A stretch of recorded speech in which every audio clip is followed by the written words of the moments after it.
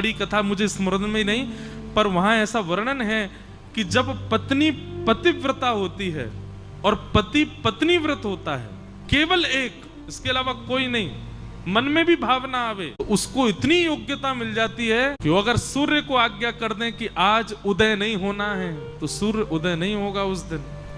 वहां कथा आती है कि एक पतिव्रता नारी थी, उसके आगे कोई भविष्य कथन करने वाले आए, उनसे उन्होंने पूछा कि मेरा पातिव्रत सदैव बना ऐसा आशीर्वाद दो। बहुत ध्यान से सुनना। तो मुझे स्मृति नहीं, थोड़ा थोड़ा याद मैं बता रहा हूं बस। तो संत ने, ऋषि ने, उन्होंने आशीर्वाद दिया और नेत्र बंद करके देख करके बताया, बोले देवी पर ये आशीष मैं तुमको नहीं दे सकता। क्यों? बोले कल तो तुम्हारे पति की मृत्यु हो जानी है, कल सूर्य उदय होते ही तुम्हारे पति की मृत्यु हो जाएगी। जैसे ही ये बात उस पतिव्रता नारी को पता चली, उसने कहा मेरे पति की मृत्यु सूर्य उदय के बाद होगी ना? बोले जी। बोले ठीक है।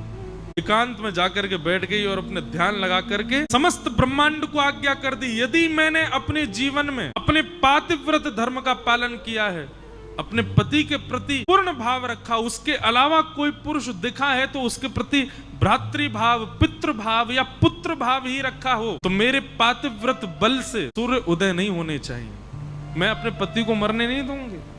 7 दिन तक सूर्य उदय नहीं हुआ, अंधेरा ही रहा पृथ्वी पर।